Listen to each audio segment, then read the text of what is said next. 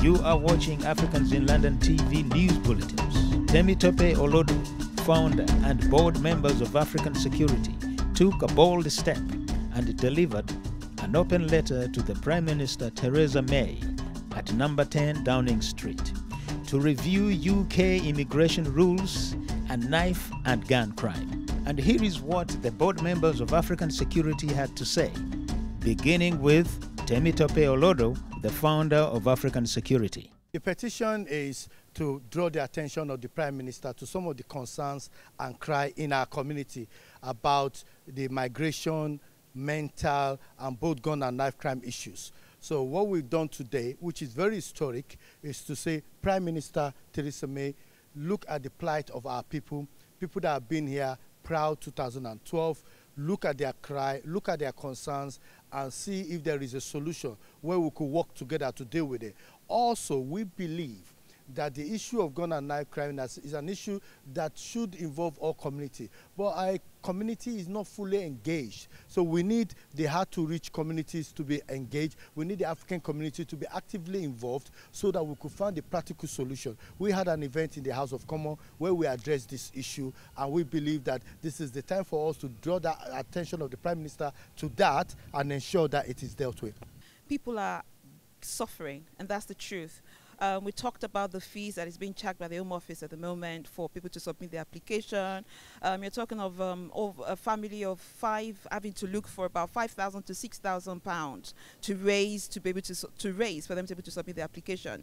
There is just the attendant pressure on homes, and you cannot take away migration, immigration away from the consequences or the things we're seeing around knife, gun and crime in our community at the moment, because most of the key to are the perpetrators and also some of the victims as well. They're either first generation or second generation immigrants, and they're very much linked together. So there's a need for there's a need for the government to actually look at the impact of the migration policy and how that links into the criminal justice system. They're very much linked together. And of course, it's linked with mental health, because some of these young ones that have been involved in the crime that we're talking about actually have undiagnosed mental health issues. There are quite a lot of things that are attached to it. But from the mental health perspective, we need to look at the mental well-being of most of the families that are impacted by the immigration policies at the moment.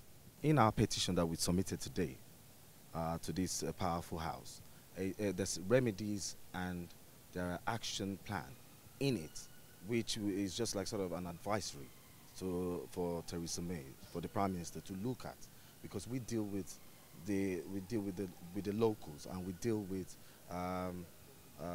youths, and now it is now we are taking that action, that bold step. We are taking that bold step to say yes, because we the Caribbeans and Africans have now come together, because we can see that we are interwoven. Whatever happens in the Caribbean community is something similar happening in the African community. So with all the conferences, all the roundtable conferences we've had in the past at the House of Commons, it shows that now we have to take that bold step, and that's the bold step we've taken today to now bring out all the issues that concerns the minorities in the black community, to say now this is what we've seen. This is the remedy, and this is the way to go about it. There's a general perception that any black, Caribbean or African person that is in the UK, it's more or less like an illegal immigration, an illegal immigrant, and there's no way to put it. And this has obviously, impacted upon the kind of jobs that people can do, and it's actually affected community relations. And so we think that this petition, or we believe that this petition is a right step, because we've put in some recommendations, and that includes, working together. I mean, the things that we believe that the Prime Minister should know about that's not come into limelight, because someone needs to bring it into the limelight, and that is what we have done. And we know that the conversation would be taken and deliberated upon. Oneness for us from a community perspective. From a community perspective, we need to bring all the communities together, and that is what is important for us to look at all the practical recommendations that we have made and use those recommendations as a way forward to move things to the right direction. We feel that we've given the Prime Minister the things that he needs at the moment, and if she uses those things and engage with us, the community will be able to help UK to get to where it needs to get to. SADC can engage with us, engage with the African community. You need to engage with us because we are all together on this matter.